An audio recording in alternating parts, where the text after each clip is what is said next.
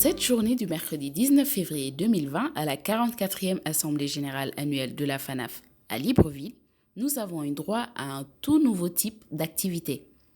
Un concours de start-up InsurTech, c'est-à-dire proposant des plateformes, des applications ou des solutions digitales pour l'assurance. Les candidats, au nombre de 10, venus du Gabon, de la Côte d'Ivoire, du Cameroun et du Sénégal, ont bénéficié chacun de 10 minutes pour faire leur pitch, leur présentation et ainsi tenter de convaincre un jury composé d'assureurs chevronnés et de spécialistes de l'InsurTech. Ils ont ensuite été confrontés aux questions du public.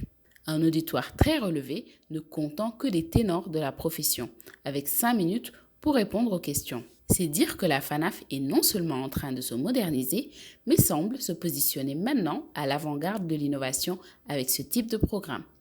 Écoutons tout de suite M. Proté Ayangma, ancien président de la FANAF et président du jury de sélection de ce premier concours des startups InsurTech innovantes. Je m'appelle Proté Ayangma, je suis assureur de profession et je suis l'ancien président de la FANAF, puisque nous sommes ici à l'occasion de la FANAF. Oui, je crois que la FANAF s'inscrit résolument dans la modernité. La FANAF a pris conscience des enjeux de l'assurance et est en train de faire tranquillement sa révolution. D'organisation très fermée, aujourd'hui la FANAF s'ouvre de plus en plus.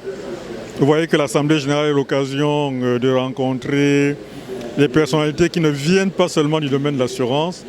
Preuve qu'aujourd'hui, l'assurance s'installe résolument, n'est-ce pas, au sein, n'est-ce pas, de nos économies.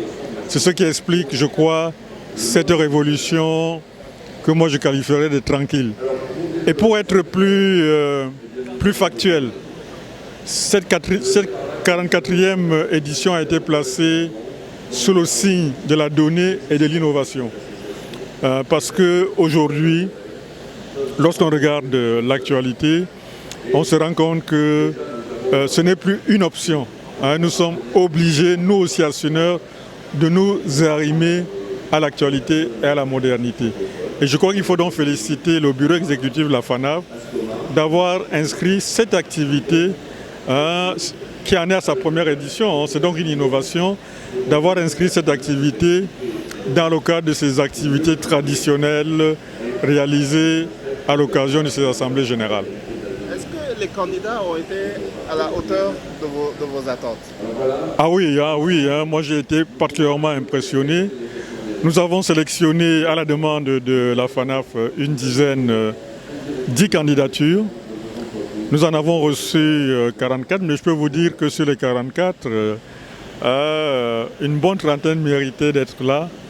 Mais comme il ne fallait choisir que 10, voilà les 10 qui ont pu être représentés. Vous avez pu constater la diversité des projets qui ont été présentés, la pertinence des solutions qui ont été proposées.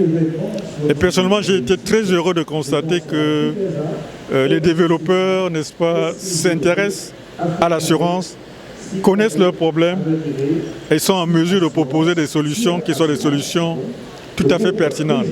C'est donc un compagnonnage, un partenariat, une alliance qui doit, de mon point de vue, se développer pour l'avenir. Oui, le soutien est multiforme. Il y a un petit soutien financier, mais ce n'était pas le but de la manœuvre. Le lauréat gagnera de manière symbolique un prix de 5 millions, le deuxième un prix de 2,5 millions et le troisième à titre d'encouragement d'1 million. Mais je crois que ce qui est important, c'est la visibilité que nous leur proposons. Leurs solutions aujourd'hui sont connues par les dirigeants de compagnies d'assurance.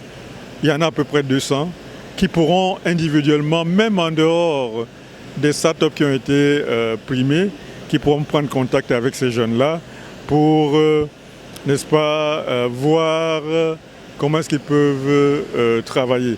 Parce qu'il y a des questions spécifiques qui ont été posées, adressées, pour lesquelles des solutions également spécifiques ont été proposées, qui peuvent intéresser l'une ou l'autre compagnie. Donc c'est ça, je crois, de mon point de vue, l'intérêt de ce type de manifestation. À ce rythme, que nous réserve la FANAF? Un hackathon pour 2021?